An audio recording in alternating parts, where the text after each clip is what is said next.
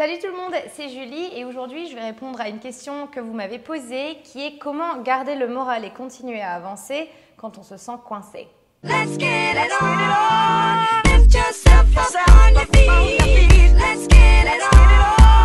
Alors, pour ceux qui connaissent un petit peu mon histoire, vous allez savoir qu'il y a beaucoup de rebondissements, beaucoup parfois de coups assez difficiles et pourtant toujours un renouveau et toujours justement un rebondissement et une manière de s'adapter qui étonne parfois les gens. Et donc, je pense que c'est pour ça que vous me posez ces questions aujourd'hui. Alors, comment moi je fais quand j'ai un coup dur? Premièrement, il faut essayer, c'est une chose qui est difficile, de prendre de la hauteur. Il faut essayer de voir la situation d'un peu plus haut. Parfois, quand on a le nez dans le guidon et que tout a l'air d'être complètement une catastrophe ou qu'on ne sait plus où aller, qu'on se sent perdu, au lieu d'essayer de chercher à tout prix une solution et se débattre, c'est comme être dans des sables mouvants. Parfois, il faut juste attendre et ne pas bouger. Alors ça, c'est difficile pour moi. J'ai beaucoup d'expériences, d'amis qui m'ont aidé avec ça. Parfois, se débattre à tout prix, ça nous fatigue plus qu'autre chose. Alors parfois, il faut juste prendre les choses avec un petit peu de hauteur, vous regarder du dessus, comprendre que la situation n'est pas idéale, mais qu'il y a quelque chose que le temps va faire sans que vous ne fassiez rien, c'est balayer ces obstacles, au moins un petit peu, une partie de ces obstacles. Donc ça, c'est important. Il faut aussi penser dans cette idée de prendre de la hauteur que le temps est long. Parfois, quand on est dans une galère, pour parler vulgairement, on se dit je vais jamais m'en sortir, on a l'impression que les choses vont rester comme ça toute notre vie. Rappelez-vous que la vie est longue. Quand les gens écoutent mon histoire, me disent tu as eu 1000 vies, le pire c'est que je n'ai pas raconté toute mon histoire. Pour moi, mon histoire, il n'y a qu'un tiers que j'ai raconté et on me dit déjà que j'ai eu 1000 vies et je me dis waouh, je n'ai que 33 ans et il est vrai que j'ai eu plein de vies dans plein d'endroits différents, aux côtés de gens différents, dans des carrières différentes. Et c'est ça qui fait réaliser que le temps paraît court, mais le temps est long. Donc rien n'est figé dans le marbre, rien n'est pour toujours. Et c'est ça qu'il faut garder en tête quand vous êtes coincé, quand vous vous sentez perdu. Il y a autre chose que j'ai adressée dans une autre vidéo qui est aussi comment tu te parles. Vous savez, quand quelqu'un, je ne sais pas, dans la rue vous bouscule, il y a une altercation et la personne dit comment tu me parles? Et bien moi, je dis comment tu te parles? Comment tu te parles à toi-même? Est-ce que vous vous dites mais t'es nul, mais t'y arriveras jamais, mais c'est fichu? La manière de se parler, elle est très importante dans garder le moral. Si vous levez le matin en disant encore une journée de plus, au secours, qu'est-ce que je vais faire de ma vie? Ça ne va pas avancer. Alors moi, je suis comme ça, hein, attention, j'ai des tendances à être très négative avec moi-même et c'est quelque chose qui est bizarre parce que je suis quelqu'un de très bienveillant envers les autres et j'ai l'impression parfois que la bienveillance que j'ai envers les autres est inversement proportionnelle à la bienveillance que j'ai envers moi. Donc c'est quelque chose que je dois travailler moi-même, donc je vous le dis, parce que les fois où je me parle en vraiment me descendant n'avance jamais à rien. Donc réfléchissez comment tu te parles. Une chose qui est importante aussi pour garder le moral et puis pour continuer à avancer malgré les coups durs, c'est d'accepter que la vie c'est comme ça. Ça paraît simple, hein, ça paraît idiot, mais parfois je me suis, moi, surprise à penser mais c'est pas possible. Mais en fait, ma sœur m'a dit mais Julie, mais c'est ça la vie. La vie, ce ne sont pas de longues vacances aux Maldives, d'accord? Ce ne sont pas des posts Instagram avec le boyfriend parfait, les enfants parfaits, la plage parfaite, l'hôtel parfait. C'est pas ça la vie. Toute personne, il y en a plus ou moins, mais tout le monde a des coups durs. Tout le monde, parfois ça va pas. Et les gens qui n'ont pas de coups durs mentent. On est des êtres humains, quelle que soit sa situation, on va tous à un moment ou à un autre arriver vers des obstacles. Ils vont être à des proportions différentes, ils vont être avec des niveaux différents, ils vont être sur des sujets différents, mais on a tous des obstacles et des choses qui nous font souffrir. Alors quand c'est comme ça, il faut justement se rappeler que toutes ces choses négatives, elles font partie de la vie. Donc au lieu de les prendre comme « Ah mais c'est pas possible, tout allait bien » et ça, il faut se dire « Ok, c'est, je sais pas, la farine et les œufs. Vous avez besoin des deux pour faire vos crêpes. » Eh bien voilà, c'est la vie, elle est faite de farine, de lait, de plein de choses. Ce ne sont pas que des choses positives, mais il faut garder en tête que c'est normal. Alors moi, quelque chose qui m'aide beaucoup, parce que plus ça avance et pour le coup, plus j'ai eu des expériences négatives, d'accord? Donc j'ai eu des choses, vous avez sûrement suivi, il y a eu la danse qui était très difficile, il y a eu mon départ aux États-Unis qui était génial, mais il y a eu finalement me dire que je ne voulais plus faire de danse, il y a eu l'ouverture de mon studio, j'ai eu des petits problèmes de santé et des choses, des ruptures, des choses qui étaient extrêmement difficiles à vivre et pourtant, rétrospectivement, toutes ces choses-là, quand je les vois, je me dis mais en fait c'est drôle parce que s'il ne m'était pas arrivé ça, il ne me serait pas arrivé ça. Et s'il ne m'était pas arrivé ça, Et pour moi, qui je trouve, j'ai une vie je suis tellement reconnaissante d'avoir cette vie qui est si riche en événements, qui est si riche en personnes que je rencontre, qui est si riche en… Ma vie aux États-Unis, pour moi, c'était comme un film. D'ailleurs, je l'ai écrite en entier. Depuis que j'ai 18 ans, j'ai écrit parce qu'on m'a toujours dit, Julie, il faut faire un film, il faut faire un livre. Ce dont je vous parle dans les podcasts, ce sont souvent les coups durs, puisque ce sont des podcasts souvent sur la motivation, comment réussir après un coup dur. Ce que je vous raconte un peu moins, ce sont les choses absolument extraordinaires et qui me rendent si heureux. Ça, en général, on n'adresse pas ça puisque ce n'est pas vraiment le sujet.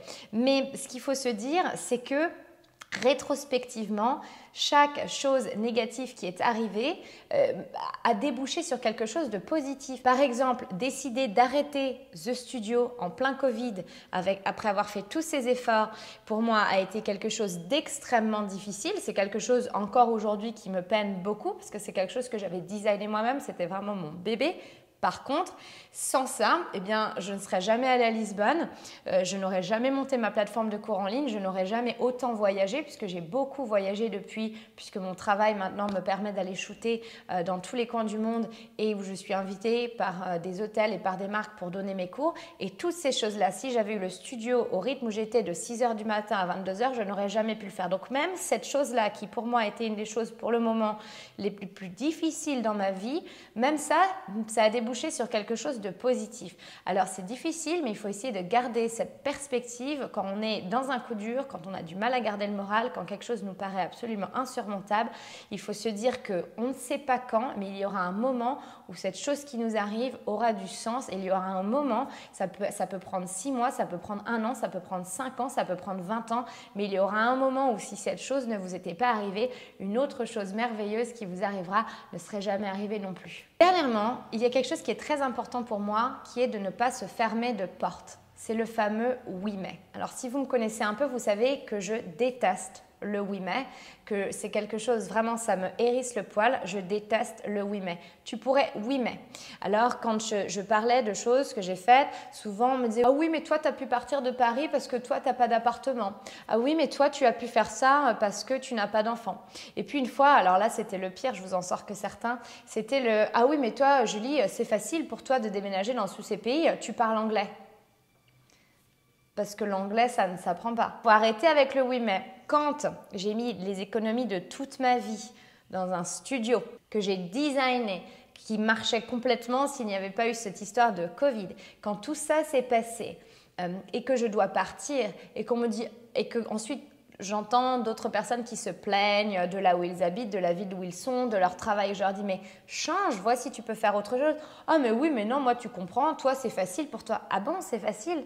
C'est facile de quitter ce que j'avais construit, c'est facile de quitter la vision que j'avais depuis des années et des années, c'est facile de quitter quelque chose qui était le résultat d'autant de travail. Non, c'est jamais facile, mais il faut un peu arrêter avec le oui mais. Le oui mais pour moi c'est toxique, c'est cette idée de se donner des excuses, de se dire que nous on n'est pas pareil, que nous on a des circonstances que les autres n'ont pas et ça c'est pas vrai. Alors parfois, c'est vrai, mais on va dire que 90% du temps, le oui mais ne fonctionne pas. Si c'est ah mais oui, mais moi, on peut faire les choses. Vous savez quoi? On peut même être en couple et une personne a une opportunité professionnelle et l'autre doit absolument rester dans la ville où ils sont et l'une des personnes de ce couple peut partir vivre son opportunité professionnelle à l'étranger. Même ça, c'est possible. Je sais que quand je dis ça, on me regarde avec des grands yeux. Par exemple, moi, j'ai vécu des relations à longue distance qui était super. J'ai vécu plein de circonstances différentes, mais je sais une chose, c'est que tout est possible, mais il faut s'en donner les moyens. Quand j'en ai eu marre de la danse classique, à l'époque j'étais à Chicago, mon copain de l'époque avec qui on était vraiment fou amoureux, lui il habitait à Chicago, il était danseur à Chicago et lui il ne pouvait pas partir. Et moi j'ai décidé que j'en avais marre de la danse et qu'il fallait que j'aille faire des études à New York. Et qu'est-ce que j'ai fait? Je suis partie à New York. Ça a été dur pour tous les deux, but we made it work. Donc il n'y a pas vraiment de limite à ce qu'on peut faire quand on a envie. En général, on peut faire fonctionner les choses à condition qu'on s'en donne les moyens. Alors, on va arrêter avec les oui mais et quand on a une situation, au lieu de trouver directement la chose qui ne va pas, on va voir, ok, dans le plus fou de tous les rêves, qu'est-ce que je pourrais faire pour atteindre ce rêve, pour atteindre ce but? Quand vous êtes coincé, essayez de voir des possibilités qui même vous paraissent folles pour vous sortir de là où, de la situation où vous êtes et qui vous fait ressentir de l'angoisse, du stress, de l'anxiété. Essayez de voir ça. Prenez un papier et puis essayez de noter les solutions les plus folles à votre problème. Et je vous garantis que quand on ne se ferme pas de porte, quand on peut penser que tout est possible, eh bien les choses arrivent. Alors je vais vous raconter une petite histoire qui illustre ça. Si vous êtes parisien, vous savez que c'est très difficile d'obtenir un appartement. Moi, quand je suis arrivée à Paris, je ne savais pas que c'était très difficile d'obtenir un appartement puisque j'ai toujours eu des appartements à New York. Là, j'habitais à Berlin et j'avais déménagé à l'époque, il me semble, 14 fois dans ma vie, sans problème.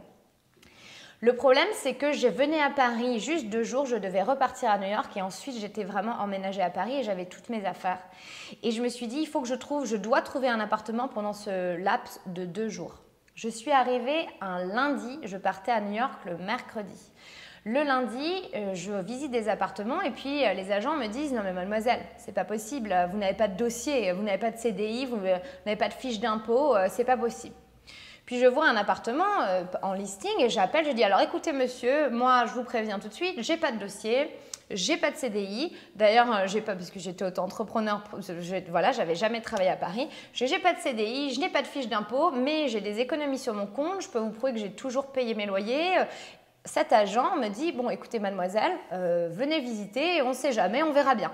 Je visite cet appart incroyable, l'appart le mieux de tous ceux que j'avais visités cette journée-là. Le mardi, j'ai écrit à cet agent « Est-ce que je peux avoir cet appartement ?» Dites-vous bien que le mercredi matin, j'ai donné un cours privé. Je suis allée signer cet appartement, j'ai donné un cours et je suis partie à New York. Quand je suis rentrée de New York, j'avais les clés de mon appartement. Et ça, c'est une histoire vraie qui s'est déroulée comme ça, sans piston, sans rien. Je ne connaissais pas ça personne. Et pourquoi? Parce que dans mon esprit, je n'étais pas au courant que c'était difficile et j'y suis allée en toute honnêteté en disant « Écoutez, moi, j'ai pas de dossier. Alors oui, je suis tombée sur quelqu'un aussi qui répondait à ça.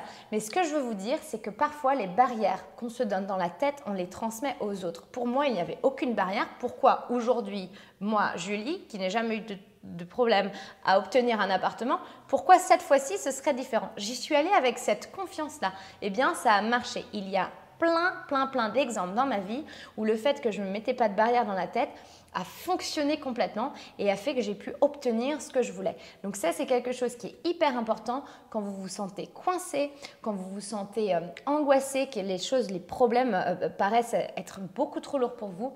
Eh bien, essayez de ne pas vous mettre de barrières, essayez d'aller avec une certaine confiance en vous et de garder cette optique-là que, en fait, tout est possible. Bien, j'espère que cette petite vidéo vous a remonté le moral, que si vous vous sentez coincé, maintenant vous l'êtes un petit peu moins. N'hésitez pas à me dire ce que vous en avez pensé dans les commentaires et je vous dis à la prochaine.